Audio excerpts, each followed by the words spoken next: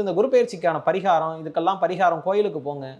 தெய்வம் முதல்ல சொன்ன மாதிரி நம்ம தெய்வத்தை எப்படி அணுகணும்னு ஒரு விஷயம் இருக்கு. தெய்வத்தை தெய்வமா அணுகிறத விட நீங்க அதுகிட்ட போய் பேசுறத பதிலா அந்த இடத்துக்கு வரக்கூடிய நபர்களுடைய குறைகளை தெரிஞ்சுக்கும் போது உங்களை விட அவங்க நல்லா இருக்காங்களா, நம்மளை விட கீழே இருக்காங்களா இப்படிங்கிற விஷயம் அனலைஸ் பண்ணாலே நம்ம வாழ்க்கையில நல்லா ஆயிடலாம்.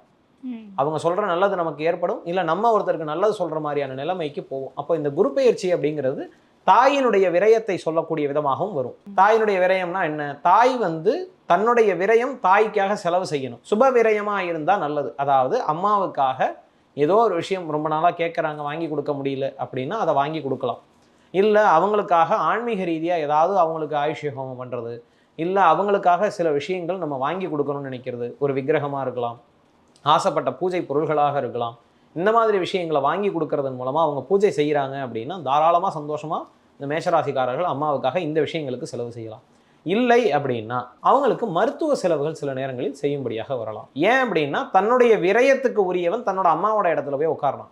தனக்கே அவன் விரயம் தான் செய்கிறான் அப்படிங்கும்போது அம்மாவோட இடத்துக்கு போகிறதுனால அவங்களுக்கு பாக்கியமாக இருக்கும்.